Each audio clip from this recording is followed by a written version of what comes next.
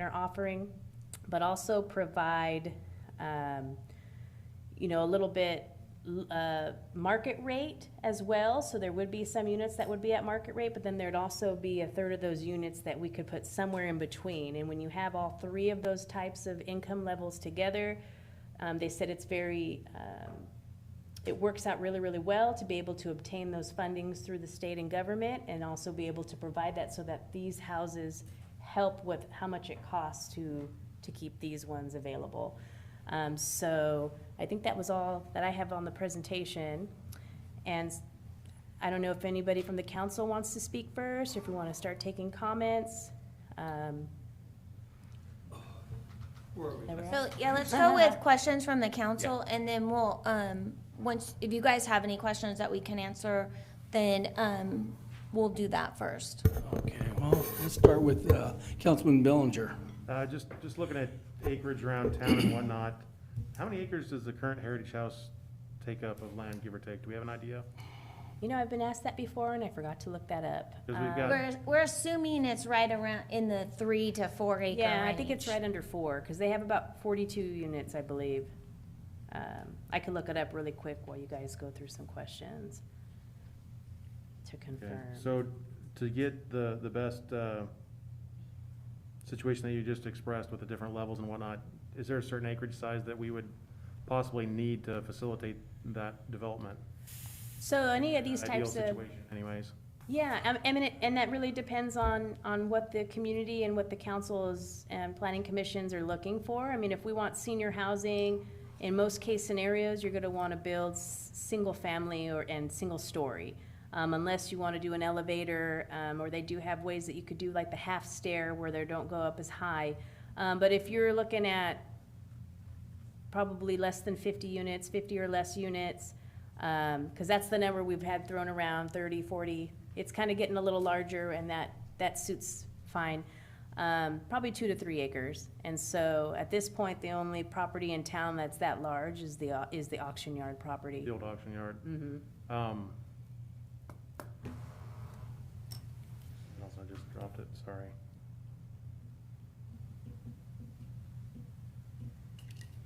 And that would, how many people are on the wait list at Heritage House? Because I know it's like a 4-year wait list. Do you have It any idea is. of the magnitude of that list? It's a 4-year list, but how big is that list? How many folks are we talking? 140, that's what their We're talking manager told me. 140 individual renters. Right now, they're on a wait list. Correct, 140 that are on the wait list. The average time is 4 to 5 years. They typically like to say 5 years, and surprise somebody if there's an opening. But they did say that because of the type of housing, I mean, typically people who move in there don't leave. And Right. so the turnaround for units becoming available is much less than like a regular apartment complex, so. I would say that we need more than what we currently have at Heritage House then. Yeah, I mean, and that could be Particularly with that something kind we of could wait look list. into. I mean, and it doesn't have to be one project. Maybe we Right. work forward with one, and then we have another one Right. in a few right. I'm years, just saying yeah. that we need to address more than just one project and dropping it. We need to really, because that list is gonna continue to get bigger. It will, correct, yeah. These I think they targets. cap it at 140. Okay. Councilman Swift. Well, I was gonna say, I think Gary had a quick question up there. I just wanted to get him, But following up on the question, was there a breakdown on how many of those people reside in Aswan? No, I didn't ask that. That's a good point. I can That was look, my question. Good question. yeah. I could find out and report back. Well, let me ask you this. Is Heritage House, anyone can move in from anywhere? I believe so, as long as So they're in line with Escalonians the- have no priority? No, yeah. That's And that would great. be because, I mean, well, I don't want to make assumptions, so maybe I shouldn't say that. Why don't we find out? But it seems to me if we're gonna do senior housing, I'd like to have our people be the priority. And what's the point of facilitating income, reasonable living for other outside areas when we can't even take care of our own people?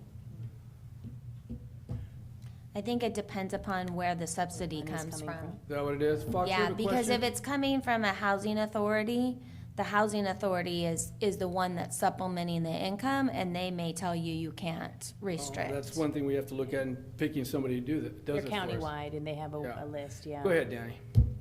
Well, I have a question. is, housing, urban development, the federal government involved in Heritage House originally? Some funding? Yes, I believe HUD is involved in Heritage House, right? They are. That's Yes. originally where their funding came from. So if they're involved with the funding, anybody could get on the wait list. I believe it's not, yeah, I don't believe it is just Escalon. I believe it is countywide. That's the problem. Countywide or statewide, I mean, what's gonna prevent anybody from applying? Yeah, that's true. Yes. And that's something we should look at and try to figure out if we can somehow find a mechanism to get the Escalon priority. I mean, the whole point of this is for our people in this town. I mean, I don't wanna build housing for other people. Councilman Swift, you got any more? No, I was gonna say, yeah, I'd be keenly interested in hearing the gentleman, Dominique Anderson? JB Anderson. JB Anderson, I'd love to hear what they have to say. Sure, sure. And actually, in terms of their business model, about how close can you get to offering a preferential renting situation to Escalon? I know Well, that they there's don't- legal limitations, but, They might have some knowledge on that area. They're more the planner side, so they Okay. help with development and stuff of do they, projects. do they but have any knowledge You in that have anything area? you'd like to say, John? This is John Anderson. So, members of the council, John Anderson, JB Anderson Land Use Planning. So this is a very unique situation, obviously, wanting to spend local dollars, promote housing, senior housing for your residents in this community. You have a tool, you have an affordable housing fee that you're collecting now. You have authority to spend those dollars as you feel appropriate based on your ordinance code, so there'd be a good source. But the truth is that once you go to state and federal funding, then your ability to restrict those funds for use of individuals, I mean, it's pretty much open. It has to be by law. There are a number of different types of senior housing that can be promoted in this community. Heritage House is one example, and it may not fit everybody's needs. And I think that's an important part of tonight's discussion, to hear what the folks in this community believe they need. Is it the heritage home type of facility or something else? You know, there's other projects in and around the area. O'Connor Woods, if you guys are familiar with that, up in Stockton, it's kind of a gated project, but it's got opportunities for independent living.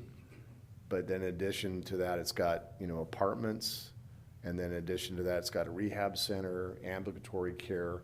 There's various opportunities there, and quite often, it's a marriage between a local jurisdiction and a nonprofit organization, whether it's, you know, Catholic Church is an example, or similar to what Ripon has with Bethany Home. So it is a partnership, as Dominique presented, and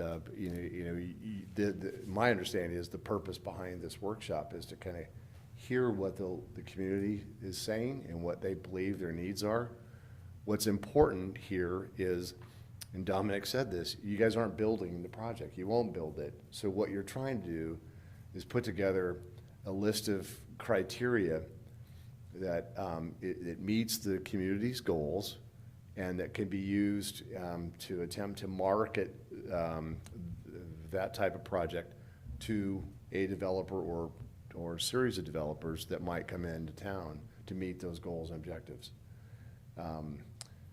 And it's becoming, the economy right now is at a point where it's extremely robust, even with COVID. Lumber prices, I don't know if you guys are aware of where lumber prices are right now. They're over 300% higher than they should be in a lot of people's eyes. So, and that all contributes towards affordability of the project that, you know, you want to move forward with. So it is a partnership, and quite frankly, getting a quality builder into town that can help you with something like this is paramount. And it may, you know, anyway, there are local developers here that have done that in other areas, in Oakdale and Riverbank and Ripon and other areas.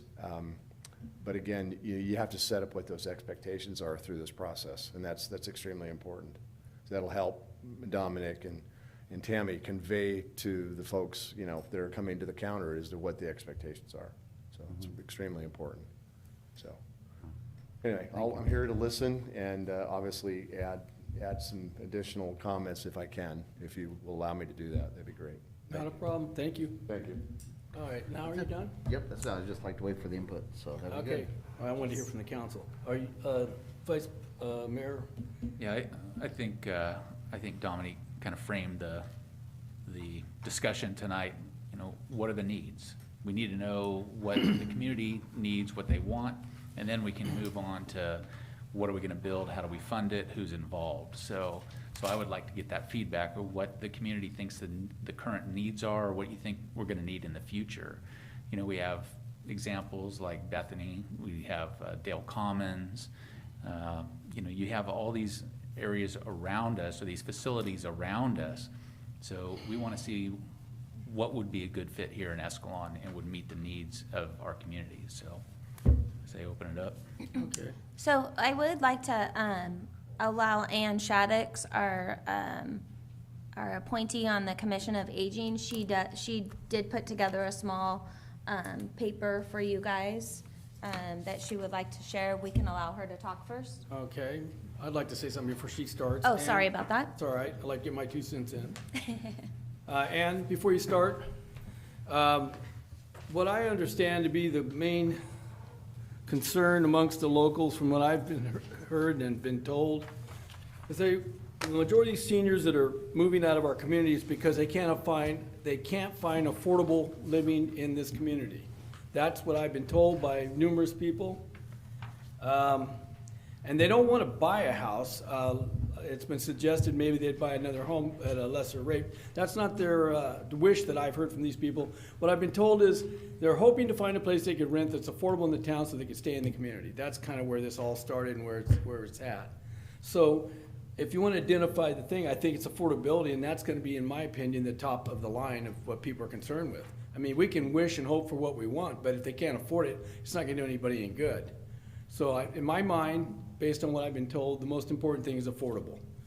So, Ann, with that, go ahead. Thank you, Ed, and you're actually saying some of the things that I want to underscore for you. One of the important things to bring up is that there's different types of housing, and we have the low-income housing, which is like the Heritage House. And we don't want to take away from that. There will always be a need in the community for low-income housing. However, there's another group of us. There's another group out there. So if low-income housing is up to 42. Ann, can you talk into the microphone, because there are people online too, so they won't be Yeah, able to hear just you. hate to exclude them. Okay, so say 42,000 is low income. That's the Heritage type of setting.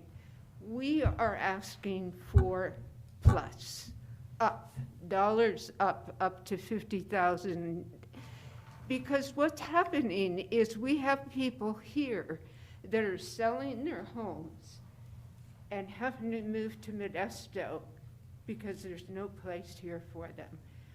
I went to Oakdale because, you know, you're on waiting lists forever. And I got turned down by 2 facilities. You know, if you make just enough to be comfortable, you make too much. So I then started talking to the seniors and said, what do we need? All of them that I talked to were in this same category. They want a rental, but it should be a rental type. It should be designed so it's a home for them, because for many of them, that's the last place they're gonna go, and we want them to be happy. So I am talking about people that are 60 years plus, which falls into the senior category. I am talking about the people just above the low income and up to whatever salary or whatever income level it can be, 50, it is our hope that it's 50 plus. What the people want is a rental. They want 1 bedroom. Some want 2 bedrooms. I put studio in there because some people just kind of fall in between. They want so badly to be in the environment, but they don't have quite enough, so I put studio in there. I gave you some idea of floor and square feet, but what is a big thing for them is being together as a unit. And they want meals. They want a place that serves meals so that they can come together, they have camaraderie. And they're not looking for laundry rooms. No, thank you. We want the stackable washer and dryer in our place because that's our home. And that's what we're looking for. We're also looking for a place that has a community room with a kitchen so that people can come together and eat, but they can also plan special events, special meals. Families can come in, a room with families. And I put a lot of detail there for you, but I wanted you to get an idea of the type of things that we were looking for. We feel strongly about having a security system. We feel strongly about having housekeeping services included in the rent. And you know what? That housekeeping is a protection for the owner as well as a convenience for the person. And when I went and looked at facilities in Oakdale, Modesto, Houston, and Ripon. And when I went to Samaritan Village, they told me that they have to go once a month and check the apartments because the seniors use their ovens for storage. And so they have to lock some of the ovens. So to have housekeepers come in is a protection for the owner as well, because they can kind of check to make sure everything is okay. But once a week, they're looking for housekeepers to come in to change the beds and so forth. Activities, obviously they want to have activities. A pool didn't seem to be a big thing for them, but an exercise room was definitely an important thing for them to have. And I did mention security. There's different security systems, but basically the kind that they can push a bell or push a button or something if they fall, or that the manager calls once a day if they haven't seen them come down to meals to make sure that they are okay. I tried to get you enough information so that you would get a feel for what it's like. If we had our wish, it would be close to the community center. And the reason for that is we would hope that there would be activities at the community center that we could walk to and participate in. And they can also participate in the meals that happen there as well. So, and we always want it located where there's a safe walking area because we want to keep our seniors active and we want to have an area for them to get out and walk. So my plea to you is to keep moving on the senior housing. It's badly needed in Escalon, but broaden your scope to include those that are in a little bit of a higher income category. So I hope this was helpful, and if you have any questions. I have one for you, Ann. What do you think's the rent range here? What are these type of seniors gonna be able to afford on a monthly basis? That's a very good question. Whatever I tell you, I probably will have people back here saying. Well, let's start with what you think and we'll find out what's I would real. say one bedroom, including meals, 1,700. I beg your that- pardon? One Including bed- meals. One bedroom. Okay, let's go with the idea right now, we're just talking about a rental and no services. Let's start with that. So what do you think a one bedroom's worth, or what you think's affordable for the seniors that you're dealing with?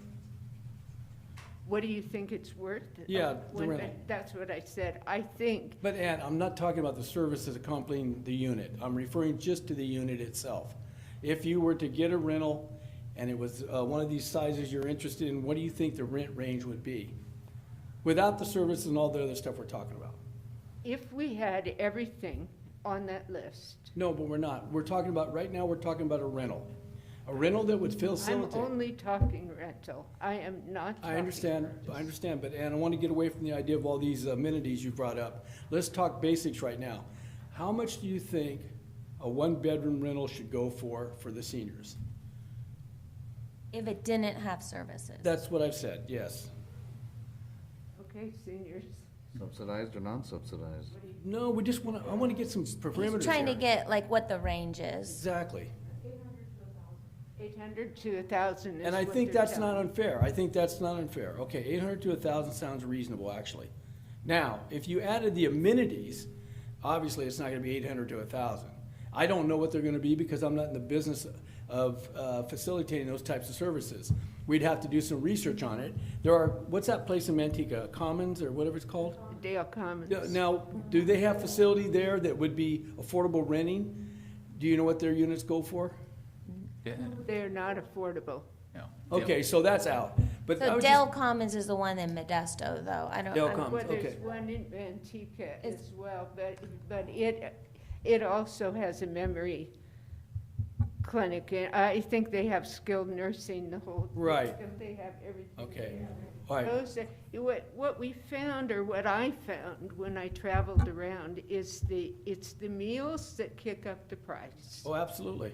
Um, And the housekeeping and all those amenities. are gonna add. Housekeeping, you're not talking about that much, but the meals do kick it up. But still, if you don't have to spend $300, $400 a month on groceries or whatever people spend, then you've got your meals taken. But we're talking a whole different thing here. When initially I was talking about affordable housing, I was referring to units that would be rented at affordable costs. This other stuff you've now added is a different ballgame altogether. It's not affordable renting. It could be affordable, but it's gonna be a different ballgame. We'd have to find someone who would be able to facilitate these types of things. I don't know of anyone off the top of my head. Any council members, anybody? Well, so I think we're trying to capture what Anna's talking about is that group that's not so low income Right. that they qualify for Heritage House.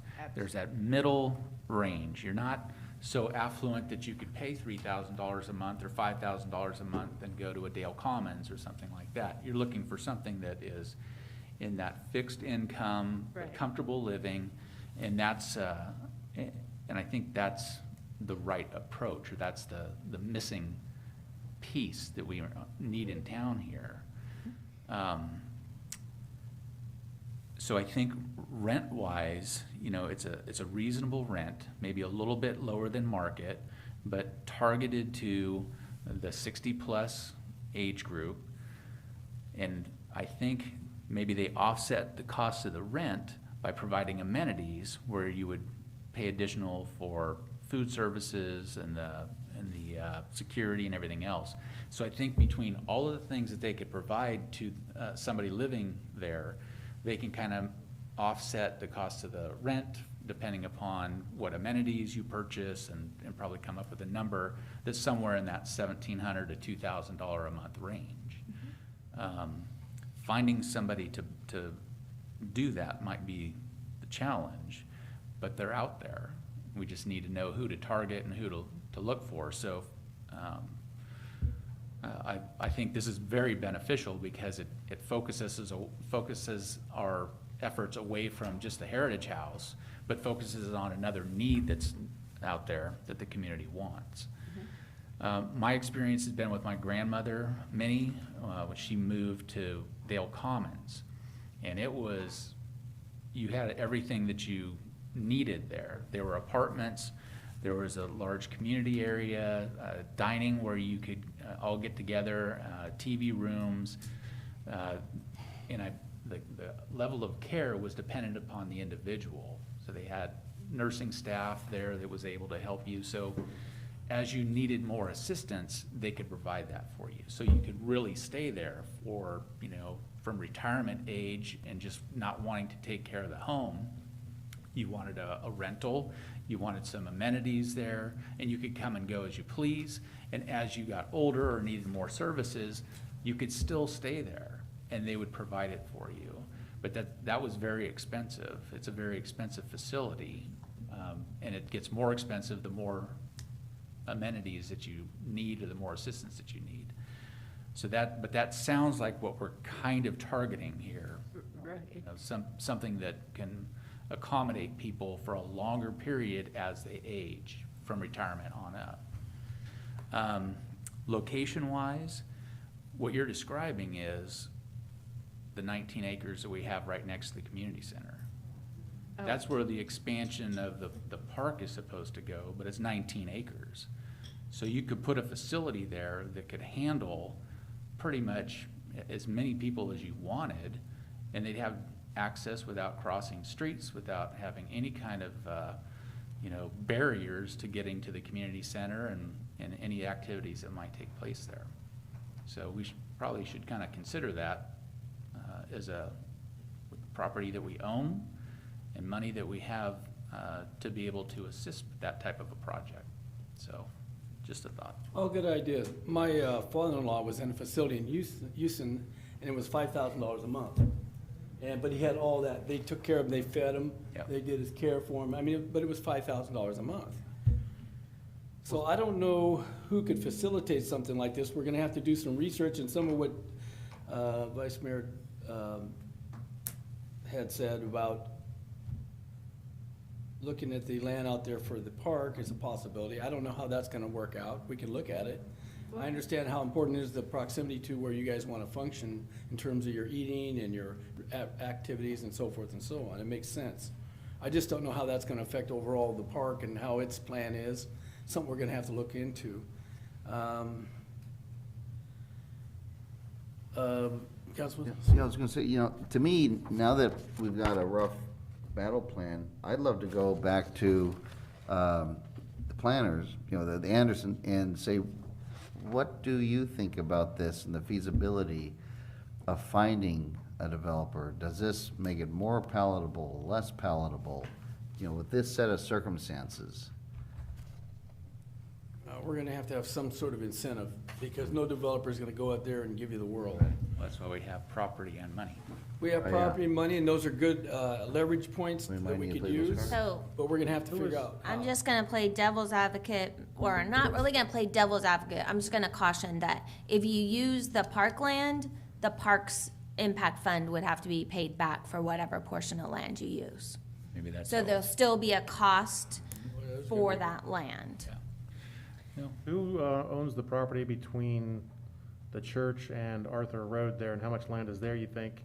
We do have 7 acres, So that land land is, swap type idea. It's across the street, just like That's Heritage DeRusi. is. That's DeRusi. DeRusi, I don't know what kind of, oops, sorry, how much property we're talking along Arthur there that may or may not be available, even if he's agreeable to the idea of something like that. You gotta cross the street. But that would be across the street, just like Heritage is. It's close proximity there. That's true. Doesn't impact the park. We have 7 acres to play with over on St. John. It might be a land swap deal possibly to throw in there maybe. It's an idea. Ideas, they're not, you know, just, Yeah, well, we gotta brainstorm. We gotta come up with something. That idea's. That another along what's with the going on. auction. that, that and type of that thing. land that you're referencing, in particular, is not part of city limits. It's an odd cutout, so.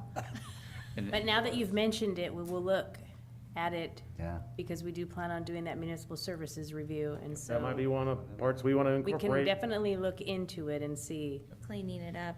Yeah. Well, the other option, city limit the other lines. reality is we may not have a property close enough, but we can use a shuttle. Right. I mean, there's Transportation. There's The other auction options. yard, you've got that as well. And The that was option. on our list to make sure we had Well, transportation. those are things we can weigh out. This is good because we're getting a lot of perimeters that we can work around and see what we can do. Is there anyone else that'd like to speak on? I just want to comment on what you had said. The other facilities do not give you an option. When you move in, it includes everything. Okay. So maybe the meals are your sliding point. I don't know. Okay.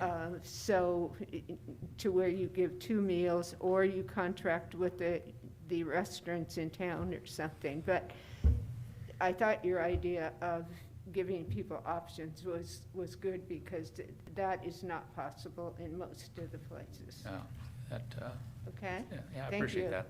Thank you. Okay, is there anyone else that'd like to come up and have some say about, please come up, Peggy. I just wanted to note, I did look up Heritage House, and it's 2.67 acres, so it is an under 0.6, 3. okay, under 3 acres, very good, go ahead, Peggy. Hi, I second everything Ann said. We've discussed this before, so I think there's a real need in Escalon for some housing for seniors.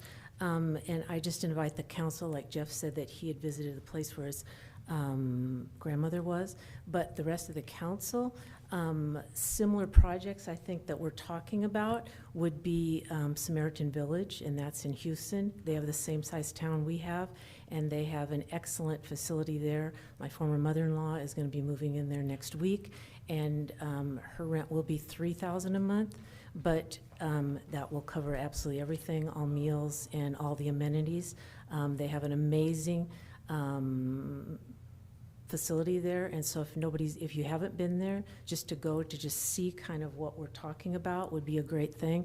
Also, he talked about O'Connor Woods in Stockton, and a good friend of mine lived there. I visited her each week, and they had a similar facility there. So it starts out as independent housing, private cottages. It goes from there to assisted living and then to memory care if need be. But I think that's the kind of thing that we also need. But I think, like Ann said, people, they have Paddock and also Heritage House are independent living for affordable housing, but I think what we need is a step beyond affordable housing and a place where people can go where all the meals and everything else, where they can congregate and have camaraderie and have activities. That's the kind of thing we're True talking community. Yeah.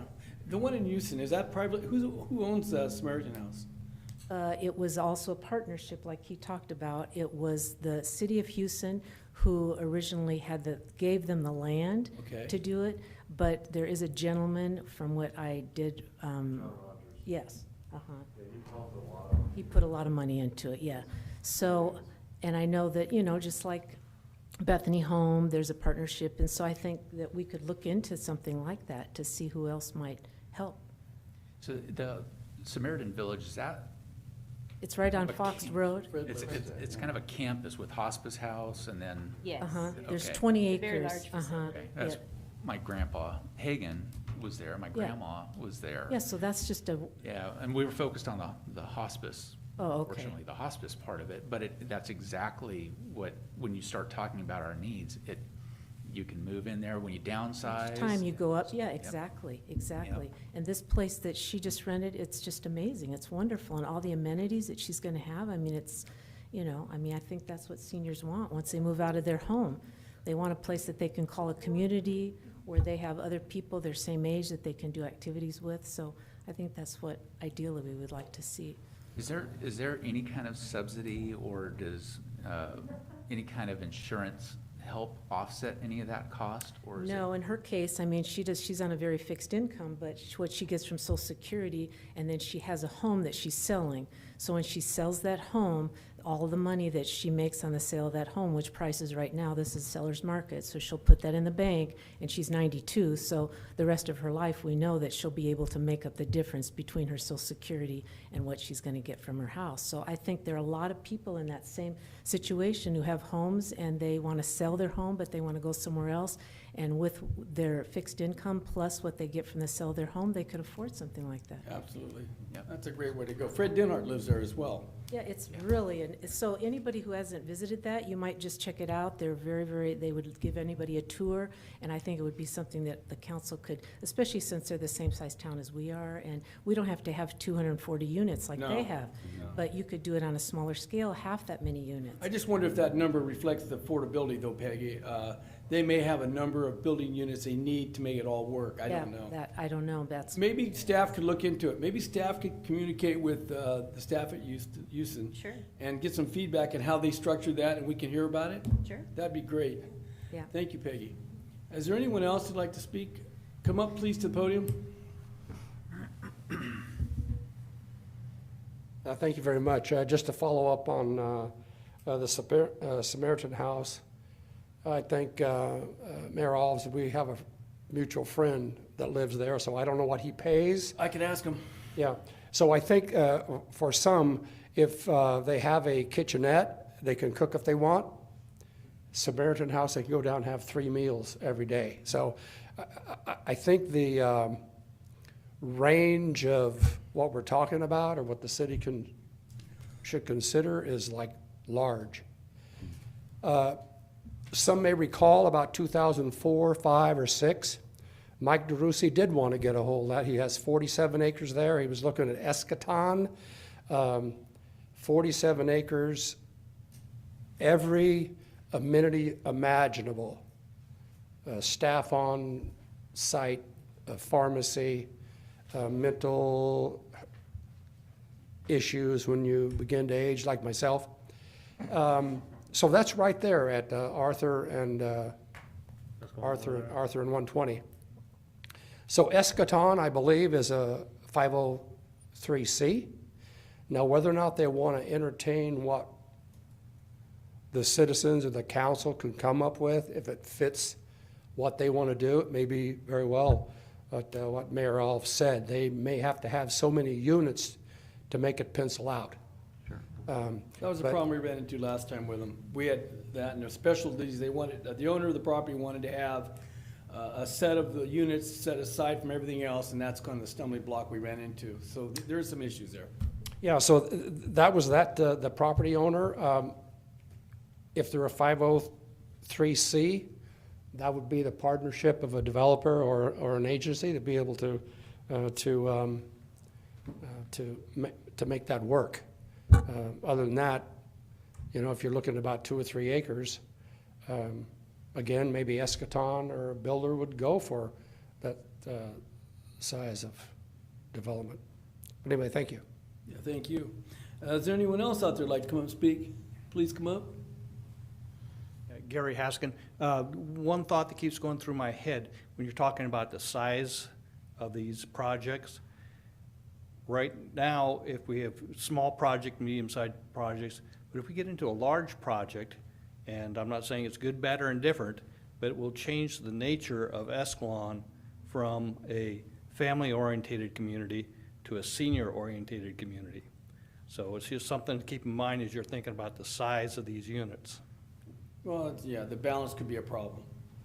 No, I get that. And we might be looking at more than one project, where one is that other end with all the services, and yet another 2.5 acres, it sounds like, that we could do another blueprint of Heritage House for more folks that are in that lower side that we still have that need for. And that's a good, that's a So good. I don't think we can slam dunk and just make one project out of this. I think The two might be the concern way I to have, go. the concern I have is this. Heritage House has a waiting list of 140 people already. Yes. So what you build is gonna facilitate the 140 people waiting. My question is, how many of those 140 people are from Escalon? I know that's a sticking point here, and I know there's no way that because you get financial money from federal and state, you can isolate just Escalon people, but at the same time, I'm more in working with something that we can control, where we have the Escalon people first. So I don't know what that is, and I don't know what we can do, but I think that's my goal. I think He's that's certainly not a what, developer, though, that's the problem.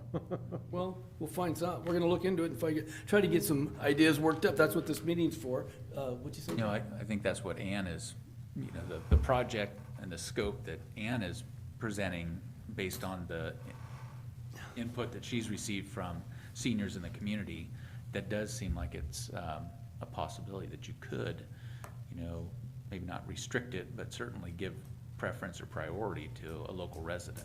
Well, that was what stimulated me in the whole thing. I mean, I heard from people in town, and I hear it all the time, and your grandmother was one of them. And people like her. Just recently, we had lost a couple local people who had to move out, and, you know, nice people. I just hate to see them go. Yep. All right, well, do we have some more input? We've got some good ideas. I think we have an outline of what we can work around. Our staff's gonna look into the thing with Houston. Meanwhile, we can all go out there and search. If we could find a developer that would be interested, the problem we're gonna have is he's gonna have to have some incentives. And like you said, we have some incentives, but like Tammy also mentioned, the park, if we do take parkland, it's gotta be repaid for, which limits our ability to offer much in terms of incentives. Well, if we take, if we're only talking about 3 acres out of 19, I'm sure it's gonna Well, be, Well, it depends upon, yeah, the size of facility that you put there. right. And we're gonna have infrastructure out there too. I don't know how that's gonna work out either. That's a long ways out there. So as much as I know the idea was to keep a close proximity to the community center, I think we might be in a situation we have a shuttle. Go ahead. I think we need to search for a donor like John Rogers, Okay, you got one? very, very wealthy man. Yeah. Well, that probably won't be. I really agree with what Ann presented, Sure. and that, I think a lot of us are looking for the moderate housing. But I also think we should look further and expand a place like Heritage House, expand Paddock's Manor. I mean, if 140 people are waiting for, you know, for an apartment, well, time is ticking by, people, and for some of us, it's really ticking. And I think the city should think about, you know, all parts, all kinds of housing. And I think a lot of us are here, you know, because we own our homes and someday we would like to sell and find, you know, a simpler life. So I just want you to think about that too, and in expanding in other types of housing for seniors. Do you think the seniors would be in favor of living in the trailer park? I think some would, yes. And how would we do that? Would we have it where they bought their own trailers, or would you think that somebody would have trailers for rent or for sale? How would that work? Well, how does Paddock's work now? I don't know. They're owner occupied. There's no rentals, I understand, right? Yeah, so when they have a unit available, You it goes buy. up for sale. Yeah, and you have to Now, purchase is it. there room to expand Paddock? I don't think they have any room on their current property, no. The land adjacent to them is owned by the Paddocks, is it not? I'm not positive on that. I think it might be. I think the Hullers, There's land across the street there. I mean, I think we're just gonna have to pursue it. It may not have, maybe be next to Paddock's, but. Well, I understand what you're saying. I get it. It's like those types of projects We should in look other at- areas. We should look at everything we can, obviously. Yes. To find a way to facilitate the need. I agree. And trailers, Dick Dawson brought that up the other evening. I was talking to Dick Dawson about that. He thought that was a good place to go. All right, well, we can put that on our list of things to look into. We got the trailers, we got the Samaritan housing. Go ahead, please. I just wanted to say, I heard that the rent just went up to $600 a month just for the space at Paddock. I don't know that. No, I don't know that for a fact either, but I have that's what friends that live heard, there, and and they're I not thought, paying that kind of money. if Well, that's true, then. I do know that they have brought in a management firm for the park. So I know that there has been some change there, but I don't know for sure like what they've increased Yeah. or anything. But I just wanted to throw that out there, that that's what I heard. And I have another question. Has anybody thought about Habitat to Humanity, or Habitat for Humanity? Could they come in and help with something like that? The ones that build houses, is that what you're talking about? Yeah, they're volunteers. that Like build. Mr. Jimmy Carter was doing. Right, I don't know much about that. We I could don't also look either, into but- it. We can look into that. yeah. They're in the But area. that, that might be They're a in the way to go area. too. Hey, we should look at everything. I agree totally. I'm healthy, I can mail and stuff. All right, very good. I think they typically do like a much smaller project, do like too. 1 or 2 homes Exactly. or something, Judy, did you want to say something? I live out at Paddock Manor. They are privately owned. We own our own mobile homes. The cheapest, well, the mobile home that's for sale right now is $90,000. I don't know an older senior who would be able to afford to buy something like that. Pay the $695 a month for rent,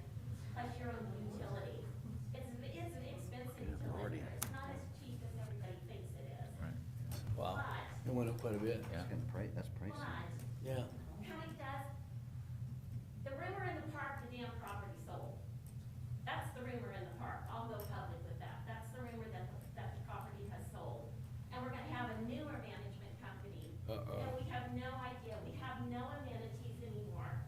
And we have no help there. Everybody is on their own and we have no help. I personally feel we would be better going with something like Heritage than going with something like Patty's Family. Yeah, but that doesn't And help I'm us. sorry, the Patties have lived here forever, love their family, they're great people. But there's been a lot of changes in the 3 years I've been there, and it's not good changes. That's just my. Into that. Okay. Dominic? Now we got a little more information on that. Okay, so what we discussed here, we got a lot of good ideas we need to work on. What we could probably do is give it a little bit of time and see what we can come up with and meet again and go over what we found. Mayor out. Alves, can I make a comment? Of course. So I've been watching online. I'm sorry for being late. I think that when we're talking about how to get a senior project into this community, I think we're missing out on one of the biggest cards that we have to play. That is a inhibitor to that, and that's the cost of entry. So if we want a developer to come in and build a nice senior housing facility, we want them to have good amenities, we want to bring them into the community.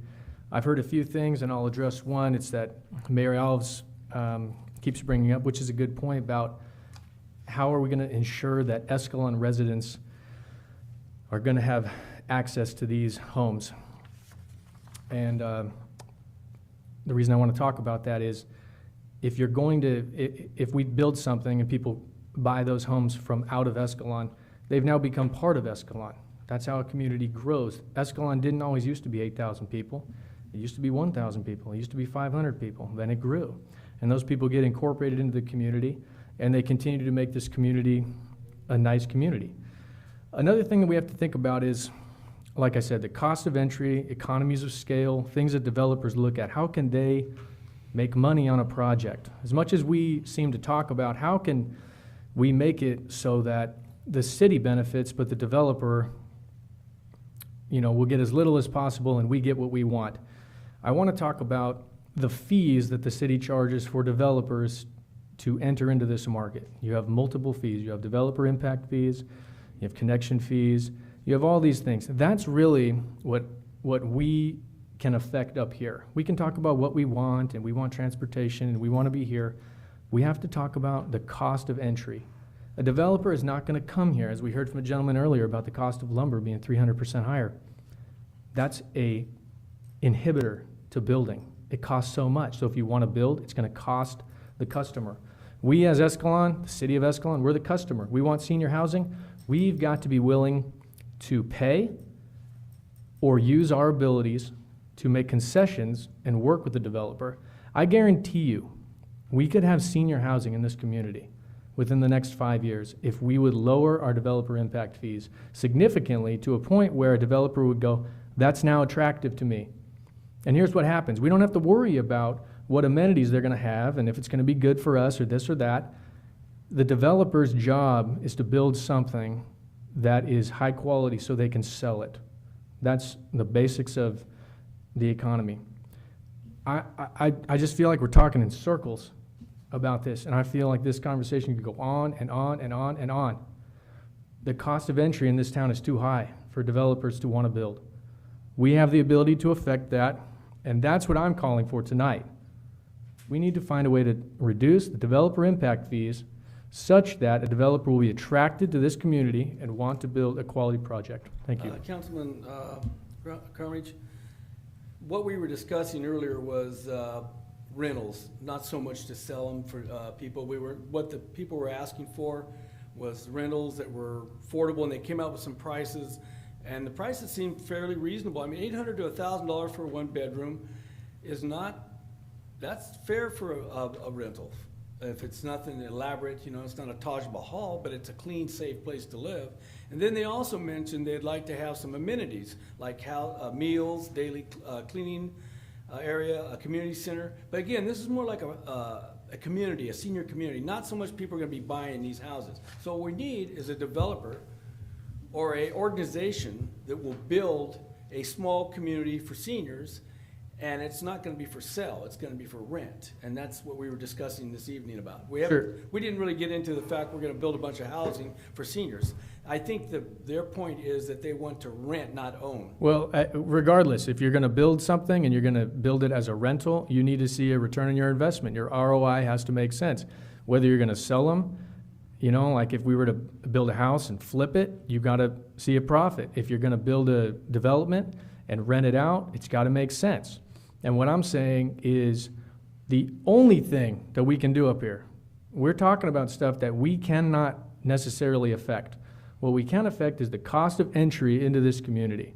And I'm telling you that if we lower that, and if we use our abilities and our influence and our authority on the city council to lower the cost of entry into this community for for residential or commercial developers, that's all you have to do. The free market will take care of itself. We're a nice community. We've got a good reputation.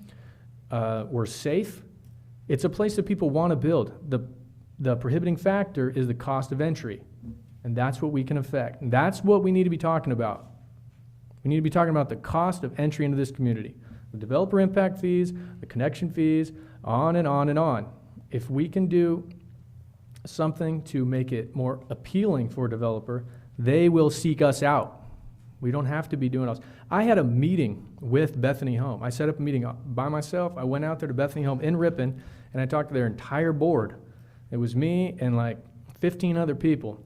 And they were all staring at me like I was about to make fire or something. And I was talking to them about how can we get something like this in Escalon? And that's what we're talking about now. And obviously nothing came of that. And I'm not exactly sure why, but I know that the cost of entry in this town is so high, and whether we like it or not, the red tape is prohibitive to having a developer build something in this community. We clearly have a need for senior housing. We can make it happen. The way we make it happen, we lower the fees. Thank you. It's something that we can discuss it, but I will tell you this, we're not any higher than anyone else, first of all. Escalon's fees are not higher than anyone else. They're all high. I don't know why we have to be like everybody else. Well, So the fees are based on what services like a development will bring. So when you develop those developer impact fees, there's a study that goes in there in what's going to happen, what's going to be the impact on your police department, on your city hall, on your streets, on your public works, on your parks, all of those impacts, what is that going to mean to the city? So they establish like what future growth is going to need to mean and what additional costs that's going to bring on, and that's where those fees are established. Just like your connection fees are buying into a system that's already there. If you don't have those fees, then that's going to be on the backs of all your users, or you're going to have failing infrastructure. I understand that, and I appreciate that. And for a second, when I hear about the impact fees and how they directly relate, if somebody's to build a development, let's take one example. If we build a senior housing development in this town, what's the impact on the police department? And I would say very minimal. I don't think the seniors are going to be causing a great deal of It's not that they're going to cause a great deal, but sometimes seniors are a lot of medical calls or those kinds of calls, and police department does end up out on those too. Sure, I understand that. Okay, so it's a trade-off, right? It's a trade-off. There have been programs, I've looked it up, you can do your own research, where cities, in order to stimulate growth, the right kind of growth like we're seeking, one thing they did is they did a moratorium on developer fees. They said no development impact fees for a certain period of time, or they cut the developer impact fees. That is one way to stimulate a project like this, okay? I just want us to consider that, because I don't think we're talking about it enough. The cost of entry. The city of Modesto did exactly what you just said. They offered a short period of time for businesses. I can't remember what type of business they wanted in. Do you remember that, Tammy? No, I don't recall that. It was a couple of years ago. City of Modesto wanted a certain type of business in Modesto, and then they offered the reduced fees like you're talking about. And I'll have to look it up again, but it was a couple of years ago, maybe 4 or 5 years ago. Dominique, can a city legally target, let's say, a lowering developer impact fees for a specific want, in this case, a senior housing facility? Yeah. I mean, the council can adjust fees however they agree upon. But So, for just let's say, the right situation. For senior housing, yeah. I mean, and we could go out there, tell them what we want, ask them to draw up scenarios and cost estimates, and then come back to us and tell us what needs to happen for them to be able to move forward with the project. And that's kind of what we did with the last project that came before us, the 18 unit. Sure. Much smaller, so they had a larger impact they also expressed the increase in construction costs, and mind you, they were market rate, and there was less units and stuff. But like they had mentioned, to make this feasible, we need to have these fees reduced, or we need to pay the multifamily rate, which Those are for sale councils. units again. See, there's another thing about trade-offs. And you could do the same thing for rental, yeah. Understood. Yeah. But my point would be this. When that other project was presented, it was a great project, with the exception that I didn't want to waive fees for somebody who's gonna sell those homes. Now, if they'd been rentals, I'd been more likely to adjust a little bit for that. Because that would have benefited the community in the long run. But to build the homes those homes were not cheap homes, and they were asking for reduced fees, that's like giving away the taxpayers' money. That was crazy. All right, we had, Mr. Anderson, you want to say something?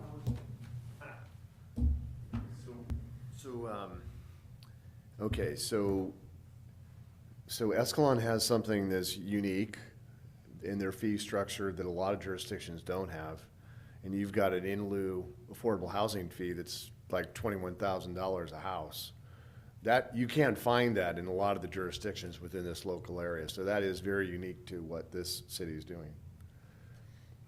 You have the opportunity as a council through a development agreement, as an example, to after you've set a list of priorities for what you would like to see, to negotiate with a developer or a series of developers to do certain things like land dedication, like reduction in certain types of fees that you choose based on that project that's presented. I think what's important is to get the criteria from the community, which you're hearing tonight, as to what they would like to see in this community, so you can build that criteria, and then at some point in the future, make a decision as to what you are going to offer out of this toolbox of tools to the developer to allow him to make it work economically. The bottom line is the developer's got to make a profit, whether it's for rental or for purchase. There's a lot of factors that go into that. There are developers here locally and also in the Bay that deal with these types of projects and are very efficient at it. But again, you know, having a list of what the community's goals and objectives are, and then having the opportunity to negotiate for that specific project is something that you certainly have. And you have that ability through a tool like a development agreement. And it's individual, it's very specific, and quite frankly, a lot of the jurisdictions do just that. Stanislaus County is an example. They have what they call an industrial incentive program. Their impact fees for new industrial development are extremely high. And one of the big components there is transportation-related improvements. They have a mathematical formula that they can use to reduce impact fees for new industrial development jobs that's directly related to the number of jobs created, the wage of that job, and the investment that that company is making in the community. And then anyway, they can determine what that fee reduction might be. So it's kind of a cafeteria plan, so to speak, where you don't have to negotiate on project by project basis. But you're small enough as a city, yeah, I think you definitely have the opportunity to negotiate with one or multiple builders that are willing to come in and to meet the goals and objectives that you have for senior housing in this community. And that's not uncommon. Getting someone like John or John or June Rogers to come in and make the type of investment they made in Samaritan Village, I don't know. That was a big deal. John and June Rogers are a big part of the community of Houston, and it's just simply one of many projects that he's invested in. They have invested in that community. So I suspect you have one or more families here locally that could do something similar, and your staff can definitely give you an idea of what that formula was But again, I don't think it's something that you should count on. I think there is other options that you have through, again, an instrument like a development agreement where you can decide if this project is worthy and what you're willing to give up. I agree. So I have a couple questions before you Yeah. leave there. So with the, once we establish the criteria, Bingo. how do we attract those builders? Do we target them, bring them in? Do we do another workshop with four Sure, builders, four developers? I think once you've established that criteria, you then have the ability to empower your staff to go out and yourself to interview prospective builders that might be interested in doing something in town. So when we start talking about And developer. Bethany Home may be one example. I don't know.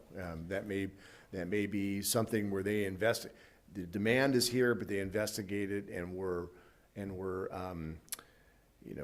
they shied away from it because maybe the connection charges and, overall fees in total were just too much. I mean, it'd be important, I think, for us to understand if you were to build an affordable senior housing project in town, what would it cost in fees and connection charges and that kind of thing on a 2.5 acre site? Well, we don't know yet because there's too many unknowns. No, I got that, but generally speaking, if you can duplicate what you have in town, what would it cost? Just an impact fees, just to have an idea what that might be. You could do a mocked up thing probably. Yeah. So, okay, so first step is criteria. Yep. And we're getting the criteria tonight. Yep. Second step is put that criteria into some sort of a marketable plan. Yes. What we're seeking. Yes. Have some idea of what the cost in fees and developer impact costs, Right. what that might look like for a project. That's right. Do we need to have an incentive package put together when we reach out to those developers, or is that something that we say, we have some options? I think you just simply say you have options. I Okay, agree. Because you don't, I mean, it's like any type of property negotiation, right? You want to make sure that you understand what's going on. They know their business model. Sure. And they, quite frankly, if they're interested in the community, they'll tell you what they need. And then you guys can negotiate, back and forth. okay, In then our, in the construction trades, Jeff, what normally happens, like if you're gonna bid a job, they'll go out and they'll submit some specs. Sure. And they'll put it out like in Blue Book, for example. And contractors who look through that book, they'll see that thing there and they'll say, I'm interested in looking at that. And they'll contact the people. I get them all the time over the internet for different projects, and that's generally how they're fed out there. And then as far as like you said, and I agree, I wouldn't tell them what you're willing to give, let's find out what they need. Right. so, and then moving on to the affordable in lieu fees. Yep. How can those be, how would you recommend we use those? Do we use those to offset the developer impact costs and the fees and say, hey, we got it covered with our in lieu fees?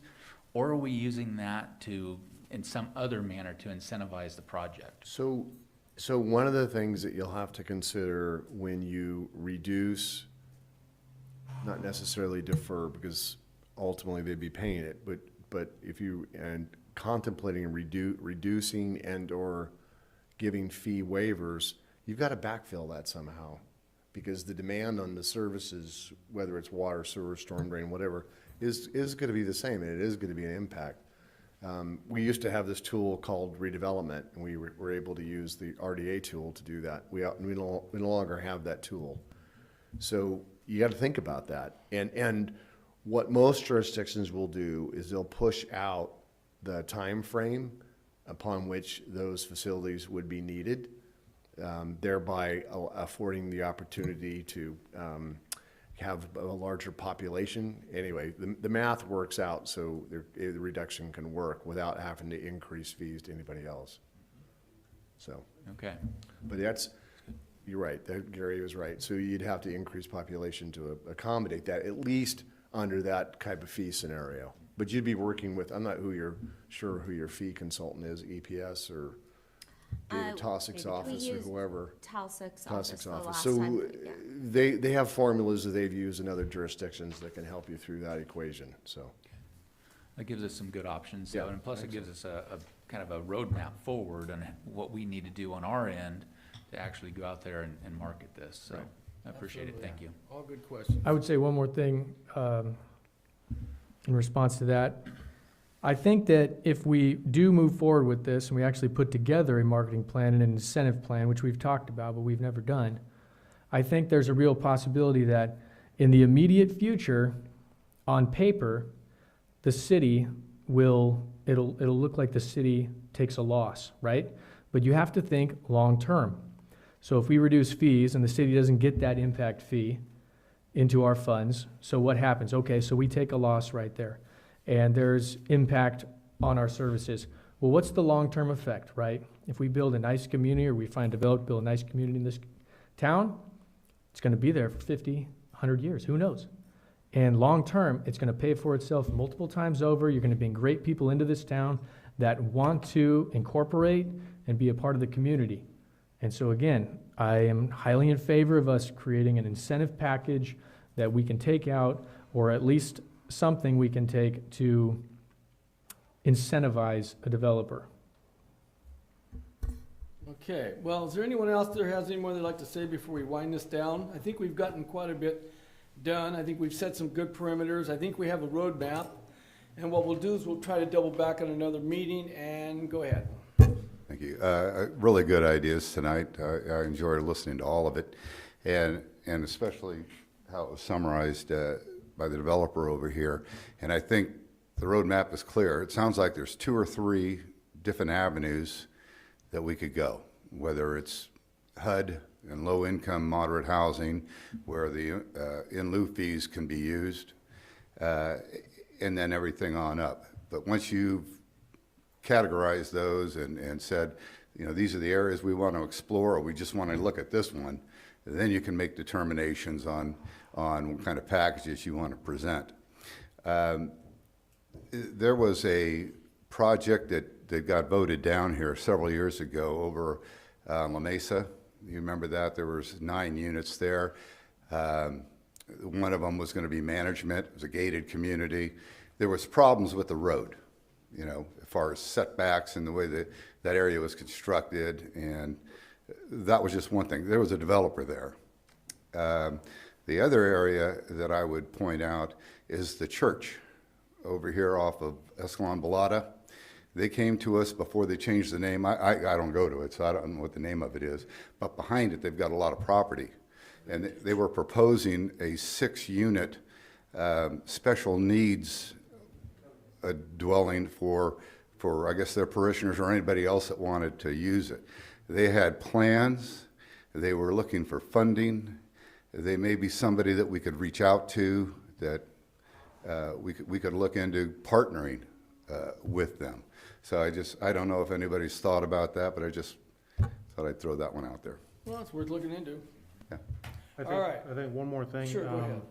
One of the roadblocks to the last project that came in on the Clusson's old place, that 18-unit problem there, or property there, was the school fees.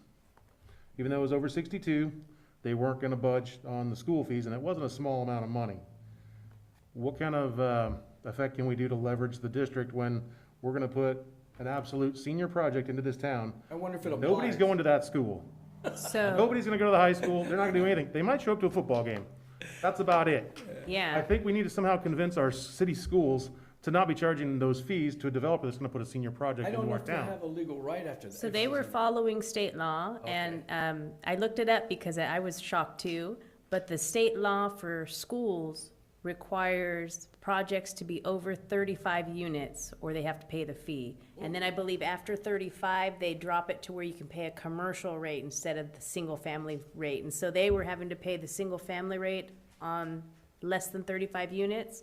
And the school district, from what we've heard, has recently raised their fees up to $5 per square foot. So it was gonna be, you know, a significant amount Even money for each seniors, unit. even for senior housing. Because that's what's written on the books for state law. So there's no wiggle room at They all? it's can't, just they an can't, outside the they project? can't We need exempt to fees unless it's a senior crazy. housing project over 35 35. units. I can't So believe it. obviously gives this you project's gonna be over another parameter, at least 35. Yeah, 32 so then we don't have to units. worry about So that it's- fully loaded rate. They'll It's a There'll reduced still rate? be apply a, a commercial or institutional rate, however they've set up their There's their such fee a zero schedule. impact in our schools, that's ridiculous. It is. Hmm. Thank And you, it's California. supposed to be significantly minimal than the Well, regular fee. But I yeah, I think- would agree with senior housing, they shouldn't have to pay the It fee wouldn't, at all. it wouldn't but- hurt us to talk to our local representatives in the state level and see if they have any sympathy for this situation. I don't know, I mean, maybe it they just do. doesn't make any sense. No, it doesn't. I agree with you. I think it's horrible. So All maybe we right. can work on that as well. Anything else? That good? Councilman Bellinger? That was it? Okay. And any other council members have something to say before we winding this down? Thank you. You guys did a great job. I apologize for being late. I got caught with a train in Riverbank, so I was held captive.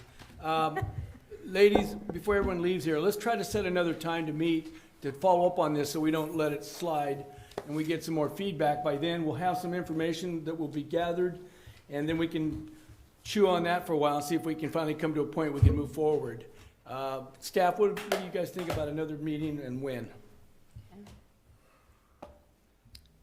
Are you thinking about something that they can present like a rough criteria as we're Well, looking at? Or? what I'd like to do is I'd like them to talk to Houston, geez, I can't say it. Houston, and also do some looking around about what other options we may or may not have. We've talked about some things this evening, maybe they can look into them and get back to us. I mean, maybe in about, 3 weeks? well, I would suggest 4 weeks because that's an off Monday. Okay, Which 4 would weeks be it April is. 26th. April 26th it is. We have April 26th on your calendar for our next meeting, and hopefully we'll have some feedback. In the meantime, anyone out there that can find some information to help us, we'd appreciate it. And any idea is a good idea. We can look at them all. So don't worry about whether we think it's silly or not. We want to look at everything. Because I think we're going to have to. All right? Is there any more questions before I shut it down? Go ahead, Ann. Yes. Yes, it will be. And I'll try to be on time this time. So will Peter. We'll both show up on time. Okay, thank you, everybody. See you at the next meeting. April 26th. See if I can put that on my calendar. Put that on the calendar. This conference is no longer being I was on my way recorded. over here, I said, I'll make it, and that damn train rolled in there, and there. How many? Is that 7 acres in the city limits? In For St. John? St. John? No, What's up, big guy? but it doesn't mean you can't trade it. I mean. Why not? I'm just curious. Take that fucking mask off so I can hear you. Thank you.